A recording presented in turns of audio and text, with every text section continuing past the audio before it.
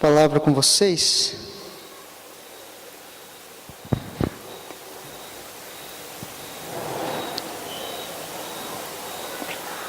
Queridos, todos os dias, eu e você, tomamos várias decisões.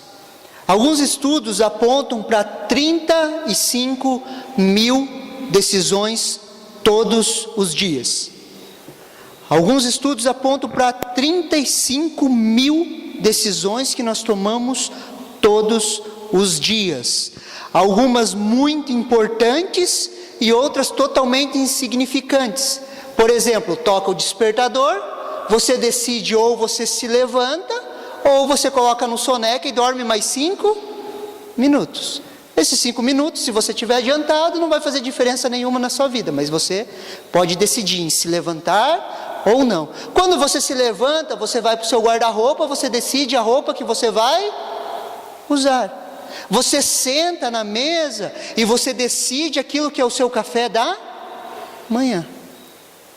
Você consegue entender? Todos os dias, eu e você tomamos várias decisões. E hoje, eu e você somos frutos das decisões que tomamos no passado. Eu e você somos frutos de decisões, queridos. Eu e você vivemos o que nós vivemos hoje pelas decisões que nós tomamos no passado. Simples assim, eu e você somos frutos das nossas decisões. Muitas pessoas se prendem no pensamento marxista e na síndrome de vítima e começam a falar: hoje eu estou assim porque fizeram isso comigo, hoje estou assim porque a minha vida foi difícil, a culpa é do governo, por isso que nós estamos assim. Esse é o pensamento marxista. O pensamento marxista sempre vai jogar a culpa em alguém. Então a culpa hoje é do governo, é por isso que nós estamos vivendo o que nós estamos vivendo. Ou a culpa é da minha esposa, a minha esposa é assim. Nós começamos a terceirizar a culpa. Isso vem lá do Jardim do Éden, nós já conversamos sobre isso. Quando Deus chega para Adão e vai prestar contas para Adão, fala: Adão, o que você fez? Ele falou: não, foi a mulher que você me deu. Daí Deus fala: e aí, por que você fez isso? Eva: não, foi a serpente. A partir do momento que o homem cai, ele começa a terceirizar a culpa. E ele começa a colocar a responsabilidade dos seus atos em cima dos outros. O que Adão estava falando? Adão falou: não, a culpa não é minha, a culpa é de Deus. Deus, é a mulher que você me deu. Aconteceu tudo isso porque você me deu essa mulher. É por isso que está acontecendo isso. Pensamento marxista, sempre terceirizando a culpa. Só que se nós resumirmos, a grande verdade é, queridos, que eu e você somos frutos das nossas decisões. Eu e você somos frutos das nossas decisões. Queridos, e quando eu e você recebemos a Jesus, nós recebemos a capacidade de decidir e reinar. Nós somos livres para tomar decisões. Queridos, toda pessoa que não recebeu a Jesus, ela é escrava do pecado. Ela está presa no pecado. Ela é escrava, ela não tem direito de escolha. A única coisa que ela sabe fazer, e ela consegue fazer, mesmo que pareça ser boa, é pecar. Uma pessoa que está fora da aliança, está fora de Jesus, não tem um relacionamento com Jesus, a única coisa que ela consegue fazer é pecar. Por quê? Porque ela é escrava do pecado. Mas a partir do momento que eu e você aceitamos Jesus, nós nos tornamos livres do pecado. Nós somos libertos, é para a liberdade que Cristo nos libertou, Gálatas fala. Nós somos libertos, nós saímos do império das trevas e somos transportados para o reino do Filho do seu amor. E isso muda, nós nascemos de novo, isso muda a nossa situação. Olha o que Romanos 5,17 fala. Romanos 5, versículo 17.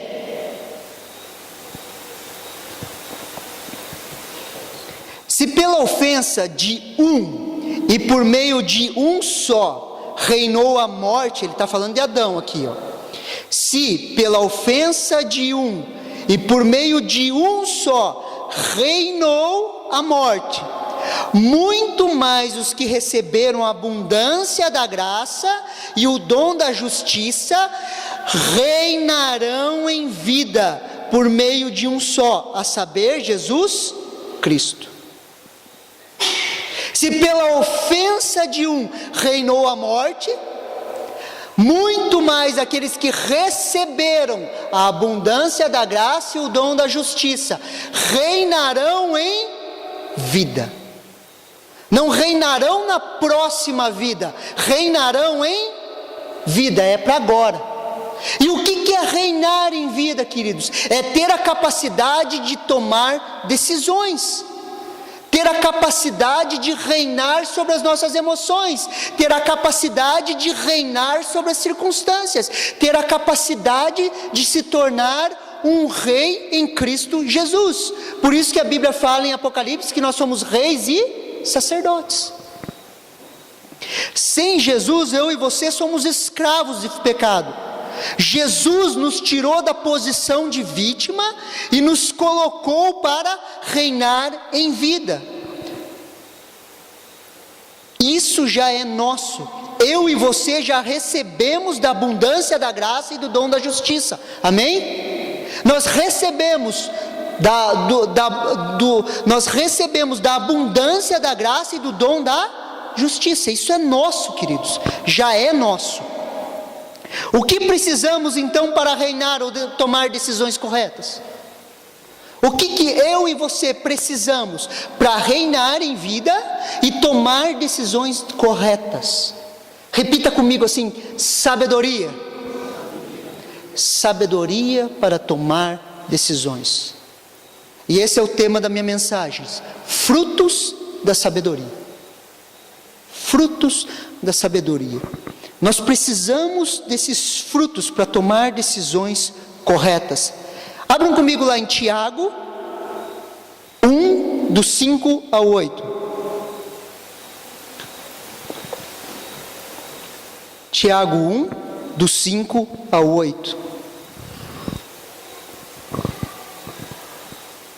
Aqui alguns falam que Tiago era o próprio irmão de Jesus, que escreveu essa carta. E olha que interessante que ele fala a partir do versículo 5.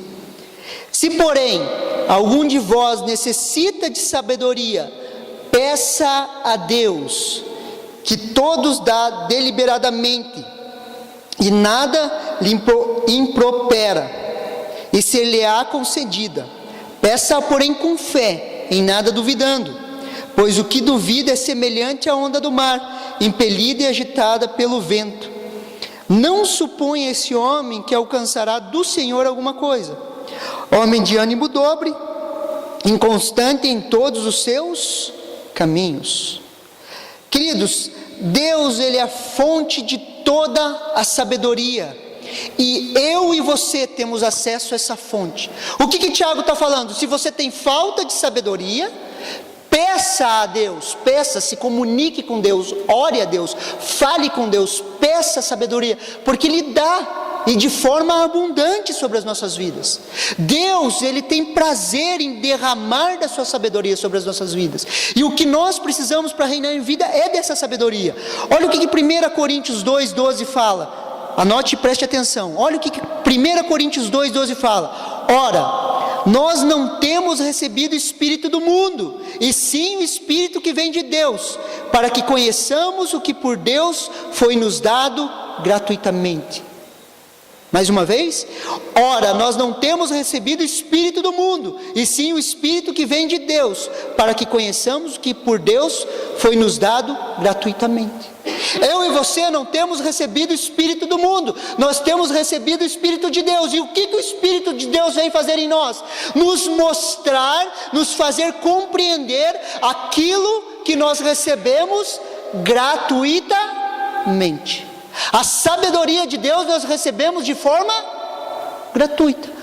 O que eu e você precisamos fazer? Simplesmente pedir, e pedir com fé, crendo que nós vamos receber. Deus, eu estou com uma situação complicada na minha empresa. Deus, o que eu faço? Deus, me dá sabedoria. Deus, eu estou com um problema no meu grupo familiar, está tendo algumas lutas, algumas dificuldades. Deus, me dá sabedoria. E Deus vai derramar sabedoria. Sabedoria para nós tomarmos todas as decisões que nós precisamos. As decisões, elas mudam a nossa história. Por isso que nós precisamos de sabedoria. Eu quero usar o exemplo de Salomão. Salomão é considerado o homem mais sábio do mundo. Abram comigo lá em 2 Crônicas. Esse texto eu gostaria que vocês acompanhassem. 2 Crônicas, capítulo 1, do 7 ao 10.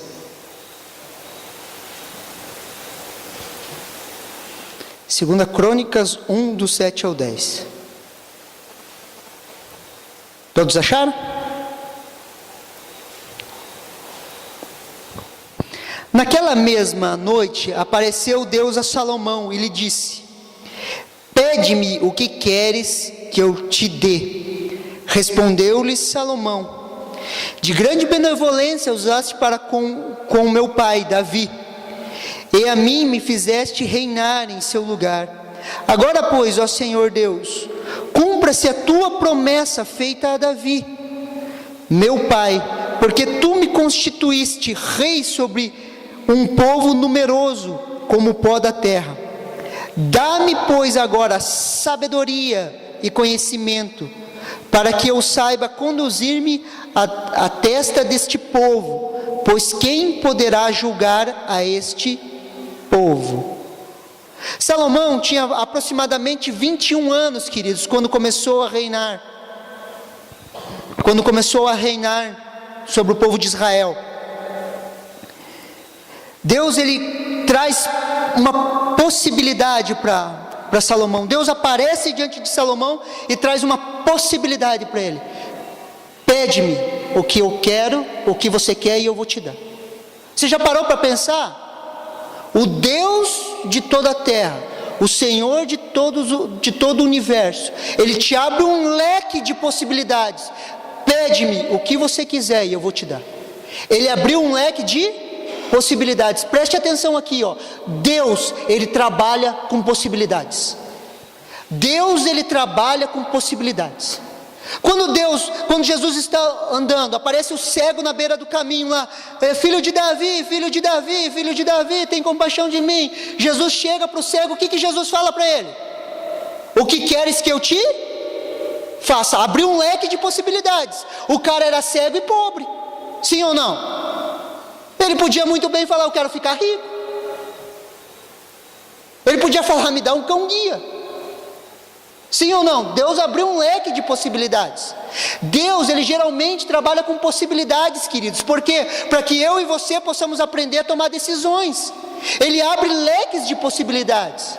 Um jovem, quando vai se casar, eu não creio que Deus separa uma pessoa para aquela pessoa. Porque se aquela pessoa que Deus separou para você usufruir do livre-arbítrio e falar: eu não vou casar, você vai ficar solteiro. Deus abre um leque de possibilidades, as pessoas vão se conhecendo, os jovens vão se conhecendo, sim ou não? Ou você se sentiu obrigado a se casar porque Deus te obrigou a casar com tal pessoa? Não, Deus abre um leque de possibilidades. Deus trabalha com possibilidades. Você consegue entender? Deus trabalha com possibilidades, querido, para nós aprendermos a tomar decisões. Além de sabedoria, depois Deus deu riqueza e honra a Salomão. Ele foi o homem mais rico de todos os tempos. Salomão extrapolou, tanto é quando Jesus está falando sobre a erva, ele fala: nem Salomão se vestiu em toda a sua glória como a erva do campo. Por quê? Porque Salomão se tornou o homem mais rico de todos os tempos. Porque Deus lhe concedeu sabedoria e depois lhe concedeu riquezas e honra. Amém? Ponto 1. Os frutos da sabedoria abençoam pessoas. Olha que interessante o que o versículo 10 desse texto fala. Dá-me, pois, agora sabedoria e conhecimento. Mas por que ele pediu sabedoria e conhecimento? Para que eu saiba conduzir-me à testa desse povo, pois quem poderá julgar esse grande povo? Salomão queria sabedoria para poder conduzir bem o seu povo. Salomão pediu sabedoria, mas não para ele, para conduzir o povo, para o bem-estar do povo. E existe um povo, queridos, lá fora, que está desesperado sem sabedoria. Existe um povo lá fora, que vocês conhecem, que estão sofrendo. Você conhece alguém que não tem um relacionamento íntimo com Jesus? Sim ou não? Você conhece? Se você conhece essa pessoa, ela está sofrendo. Por quê? Porque ela está afastada de Deus. E todos que estão afastados de Deus, que não têm o conhecimento de Deus, eles estão gemendo. Romanos vai dizer que eles gemem como com dores de parto, aguardando a manifestação dos filhos de Deus. Então existe um povo lá fora, queridos, que está sofrendo. E eu e você precisamos buscar sabedoria do alto para saber como cuidar desse povo, como abençoar esse povo, como tocar esse povo, como amar esse povo.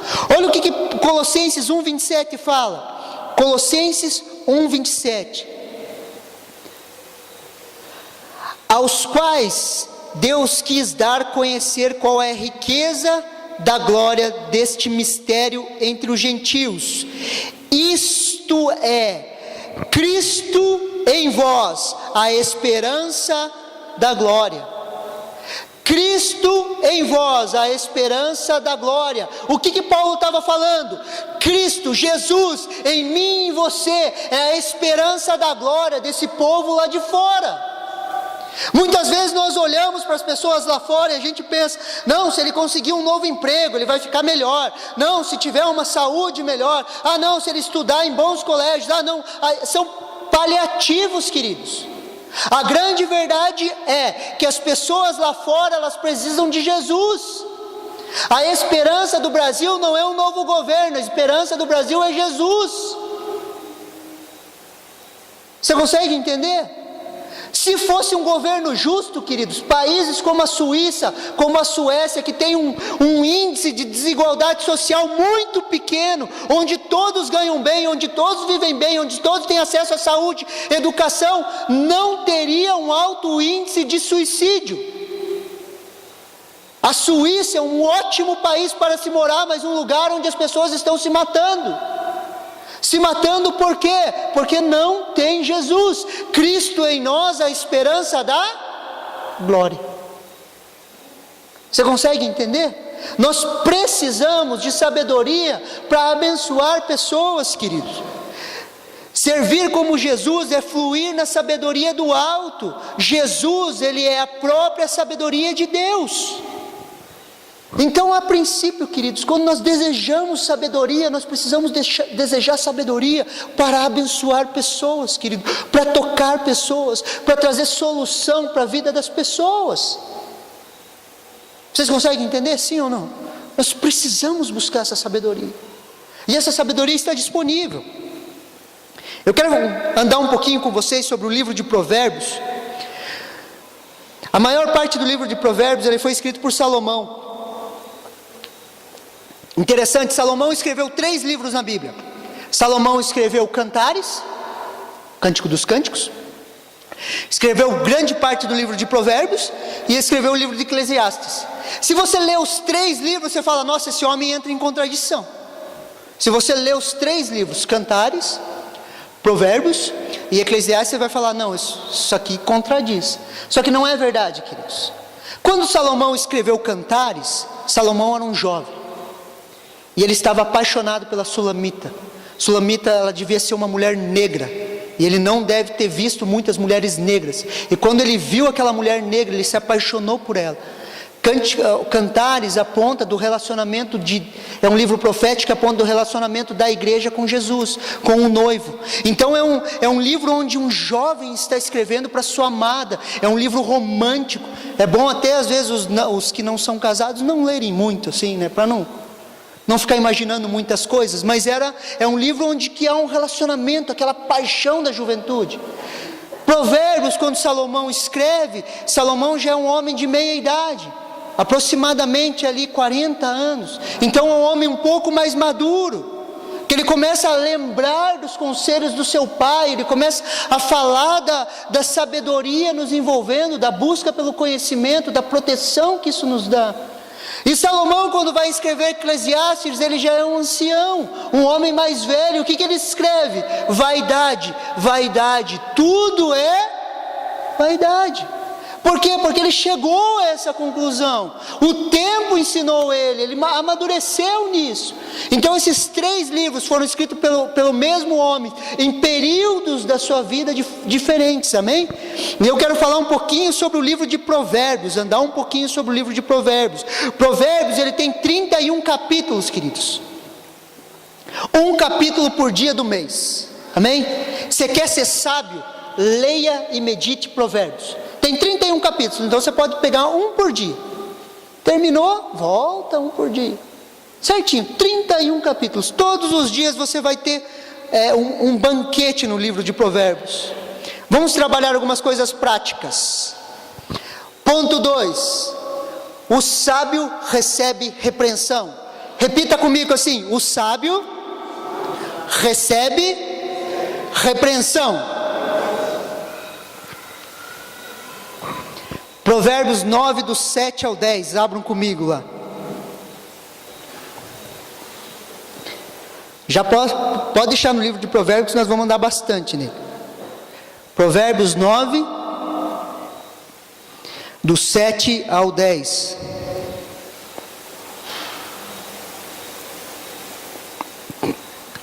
Olha como é prático isso aqui, queridos. O que repreende o escarnecedor traz afronta sobre si, e o que censura o perverso, a si mesmo se injuria. Não repreenda o escarnecedor, para que não te aborreça. Repreende o sábio, e ele te amará. Dá instrução ao sábio, e ele se fará mais sábio ainda.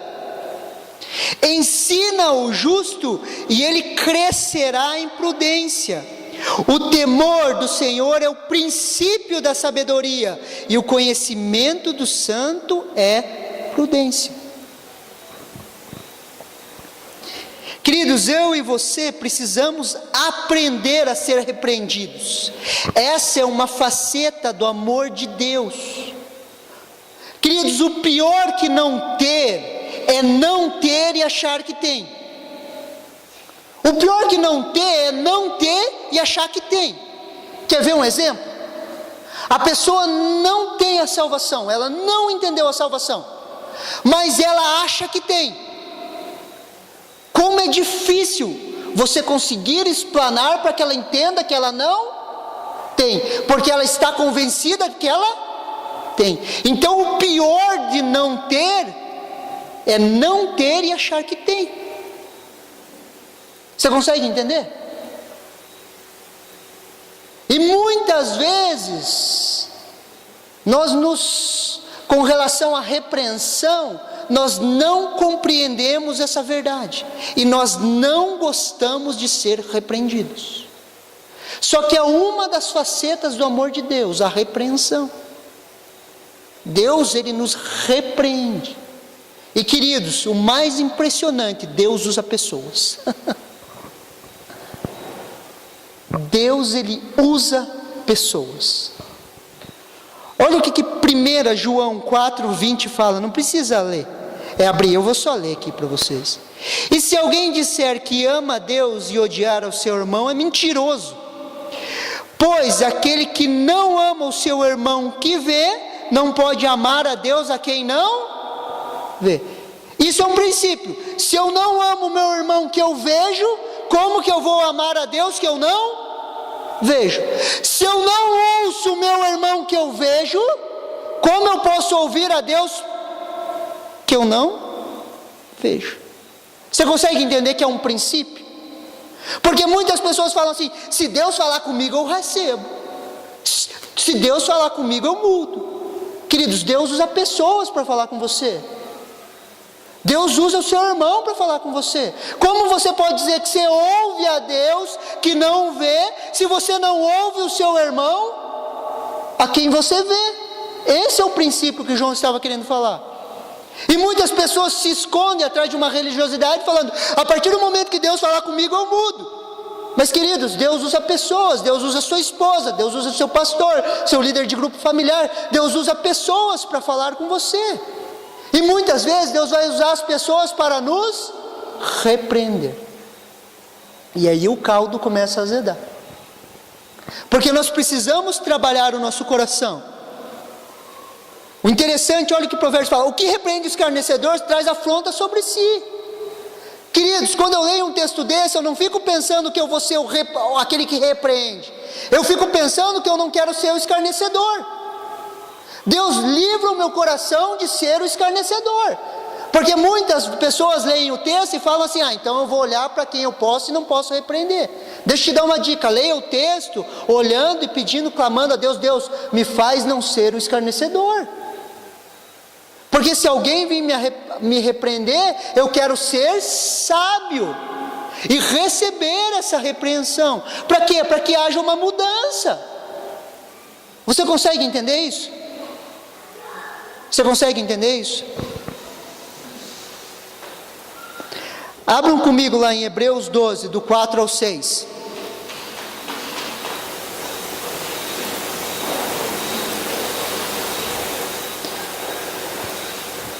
Queridos, vamos nos colocar de pé aí. Se coloque em pé. Dê uma salva de palmas para a mulherada que chegou aí, ó.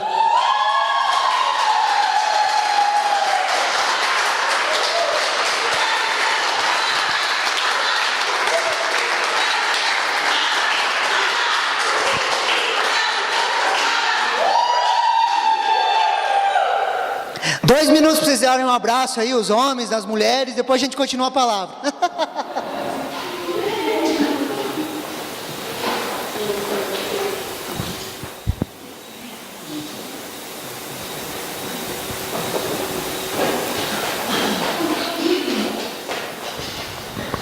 Glória a Deus, queridos, pode se assentar. Vamos continuar a palavra.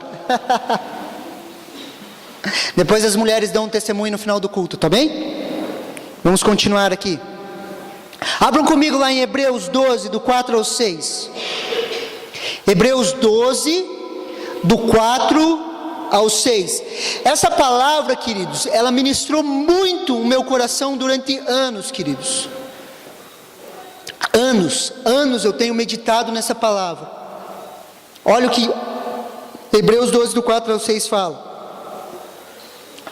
Ora, na luta contra o pecado, ainda não temos resistido até o sangue, e estáis esquecidos da exortação, que como filhos discorre convosco. Isso aqui é Deus falando conosco. Filho meu, não menospreze a correção que vem do Senhor, nem desmaies quando por ele for reprovado, porque o Senhor corrige a quem ama e açoita todo a quem recebe por filho.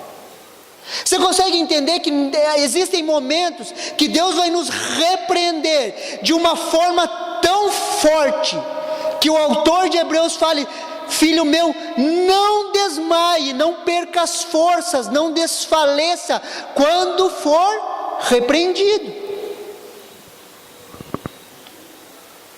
Precisamos aprender a ser corrigidos, precisamos aprender a ouvir nosso líder de grupo familiar, nosso apacentador. Esse é o coração do sábio, queridos. Eu e você precisamos aprender a ouvir as pessoas, a repreensão franca que vem do Senhor, queridos, através da vida das pessoas. No versículo 10 de Provérbios 9, 10 fala assim: o temor do Senhor é o princípio da sabedoria. Isso eu e você precisamos trabalhar muito no nosso coração, muito. Nós precisamos entender que o temor do Senhor é o princípio de toda a sabedoria. E nós precisamos trabalhar isso, sabe por quê? Sabe por que eu escuto o meu pastor? Sabe por que eu escuto o Arno? Por temor ao Senhor.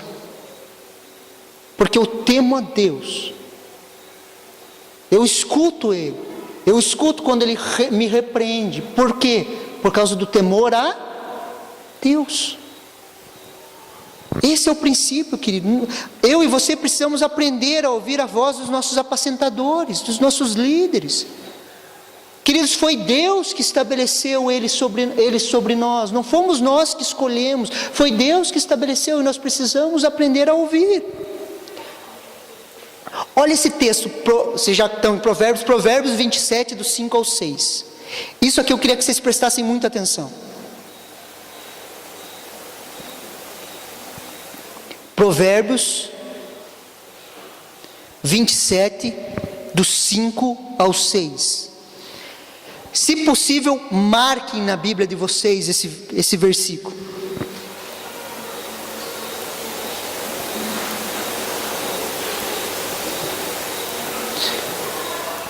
Olha o que o homem mais sábio do mundo fala.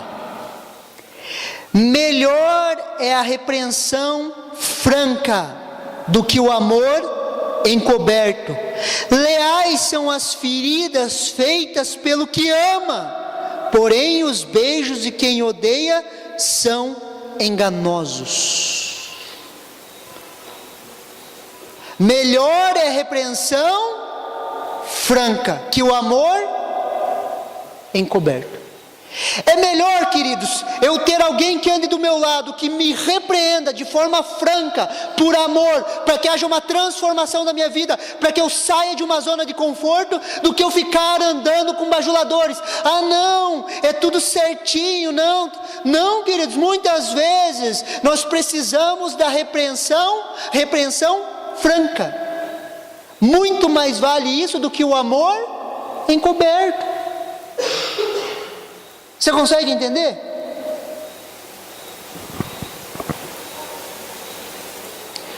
Quando somos repreendidos, precisamos ver o amor de Deus. Quando era jovem, eu falava que a maioria tinha que sair do ML. Sabe o que é ML? Ministério dos Leprosos. Você já viu, às vezes você fala com a pessoa fica chateada, você fica 2 meses sem falar com você. Eu não vou falar mais com o pastor chama a atenção da gente. Daí fica no ministério dos leprosos, sempre está ferido, sempre está machucado, daí tem que ir para o encontro, né? Daí no encontro lá é curado, restaurado, sai melhor. Mas fica sempre... Queridos, nós temos que sair disso. Quando nós trabalhamos repreensão, essas coisas acontecem. No meio da igreja é assim que funciona. Porque senão nós não crescemos. É um princípio estabelecido por Deus, amém? Então nós precisamos saber receber repreensão, amém? Ponto 3, precisamos buscar conselheiros. Repita comigo assim: precisamos buscar conselheiros.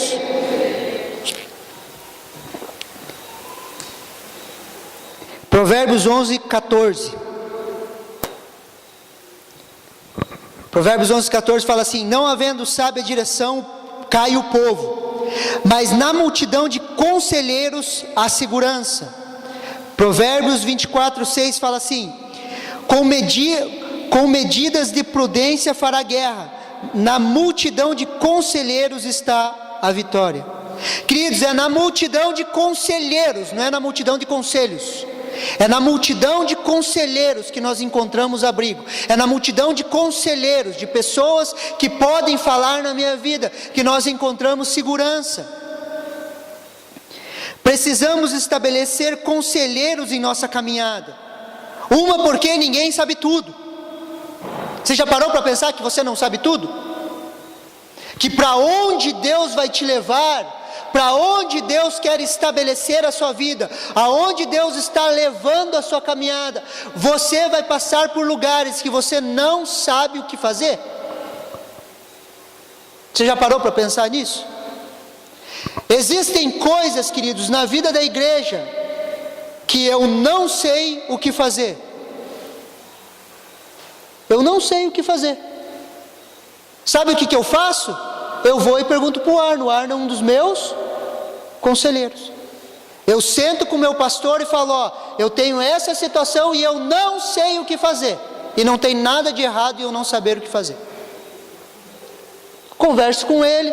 Ele tem quase o que eu tenho de idade, ele tem de ministério, então ele vai me explicar e vai me aconselhar naquilo que é para ser feito.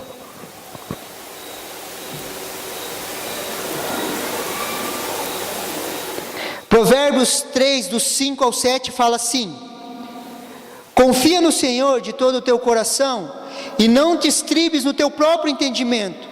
Reconhece em todos os teus caminhos, e Ele endireitará as tuas veredas. Não seja sábio aos teus próprios olhos. Teme ao Senhor e aparta-te do mal.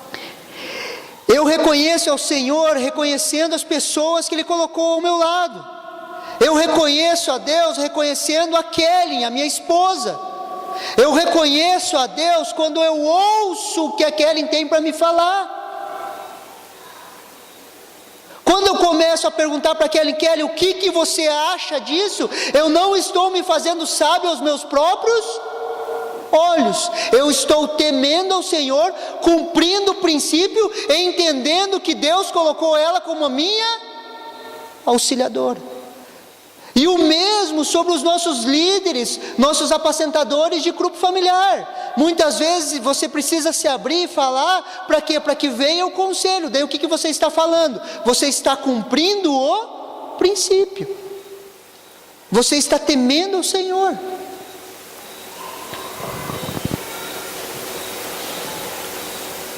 Não podemos ser sábios aos nossos próprios olhos. Queridos, preste atenção aqui um pouquinho em mim. Deus, eu já falei isso para vocês, Deus ele é um tremendo investidor. Imagine agora, você, nesse exato momento, chega uma pessoa e ela fala para você assim, eu estou te dando uma empresa, e essa empresa tem o valor de $1 milhão, e ele está trazendo os documentos dessa empresa e entregando nas suas mãos, está no seu nome. Você pega esses papéis, esses documentos, esses documentos te dão ação legal sobre esse negócio. Só que esse negócio, queridos, é um negócio que você não entende muito bem. Sai um pouquinho do teu ramo de atuação. O que você faria para administrar bem? O que você faria em uma situação dessa? Um investidor te deu um negócio, te entregou nas suas mãos todos os documentos. É um negócio que você não sabe trabalhar muito bem. Esse negócio vale $1 milhão. O que você faria para administrar bem? Buscaria quem entende melhor deste negócio. Simplesmente você ia procurar conselho, você ia no banco, você ia conversar com pessoas que entendem melhor do que você a respeito deste negócio. Queridos, a sua vida, preste atenção, a sua vida, ela vale muito mais do que $1 milhão.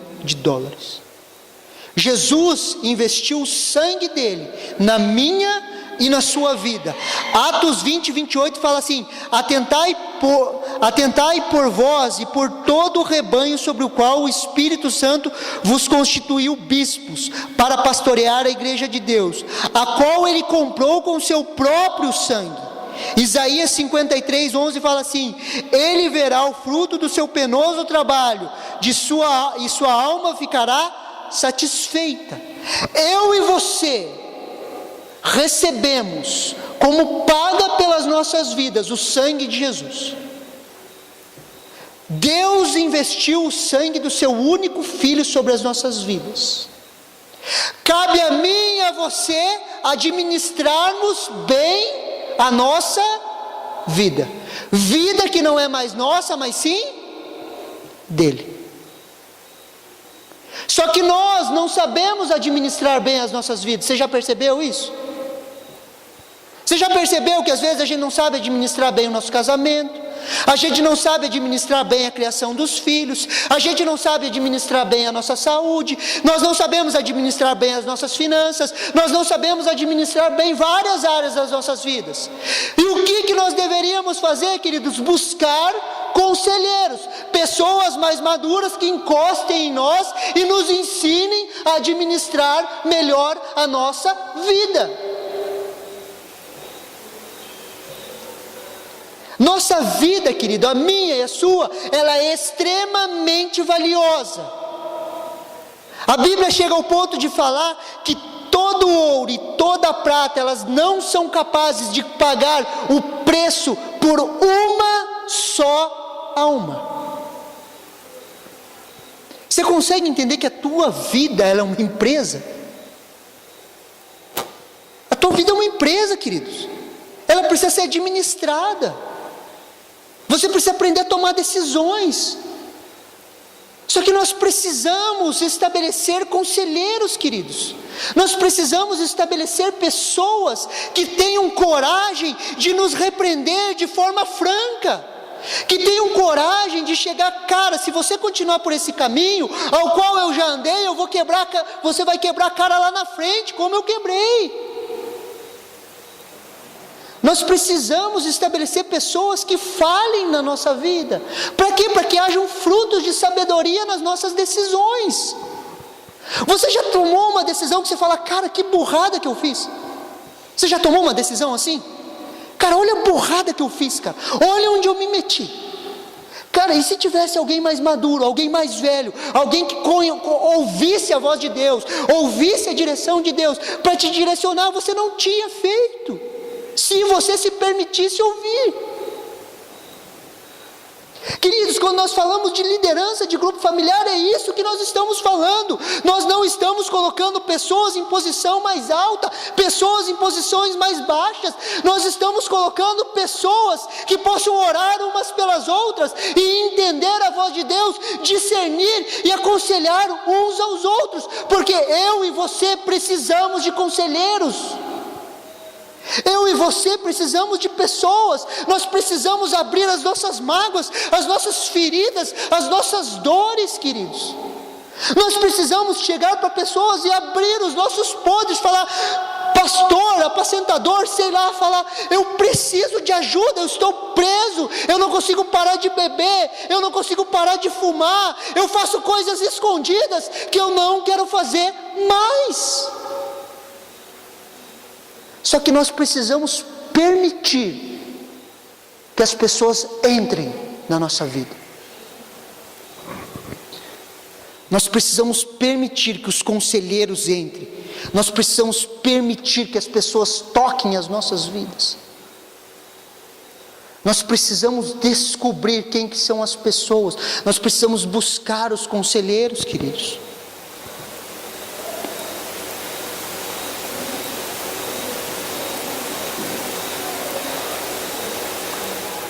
Queridos, nós temos acesso a Deus. Abram comigo lá em Provérbios 1, do 20 ao 23.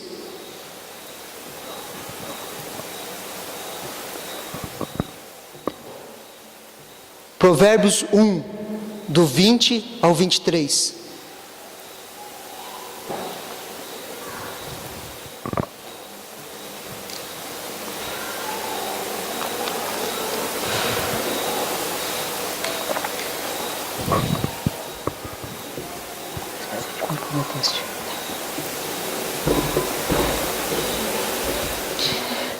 Queridos, esse versículo, queridos, é um berro do coração de Deus, queridos.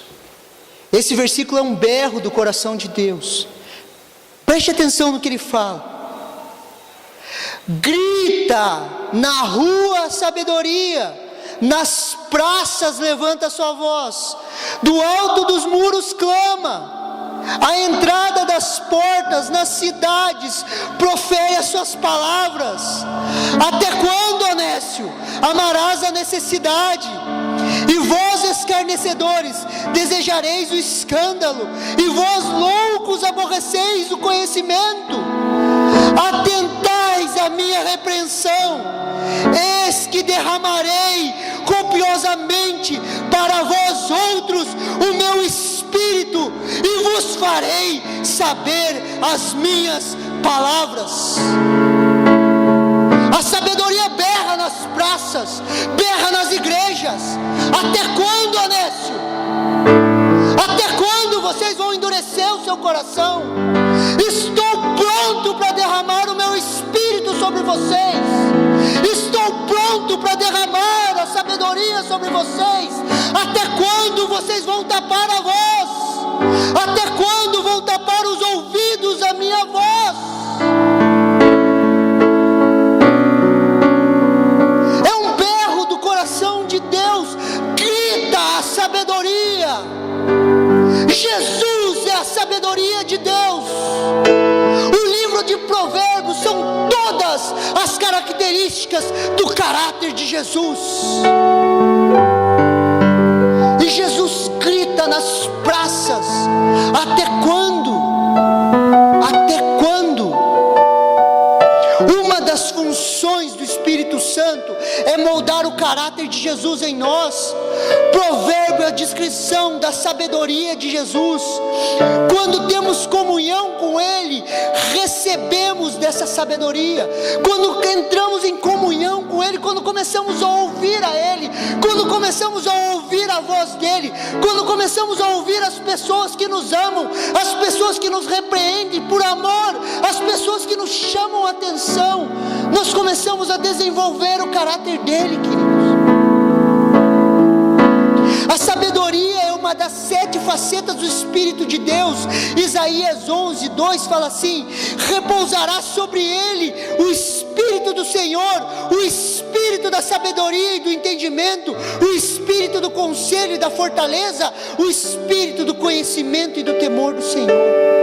O Espírito da sabedoria, Ele está sobre nós, queridos. Ele repousa sobre as nossas vidas. Só que nós precisamos aprender, queridos, a ouvir a voz dEle. E a sabedoria, quando ela se manifesta nas nossas vidas, muitas vezes é para nos repreender, muitas vezes é para nos chamar a atenção, muitas vezes é para trazer mudanças drásticas nas nossas vidas. E cabe a mim e a você abrirmos o nosso coração e ouvirmos a voz da sabedoria, que clama nas praças, que clama nas igrejas, que clama nos grupos familiares, que clama aonde a igreja de Jesus está, queridos. Você recebe essa palavra? Você recebe essa palavra?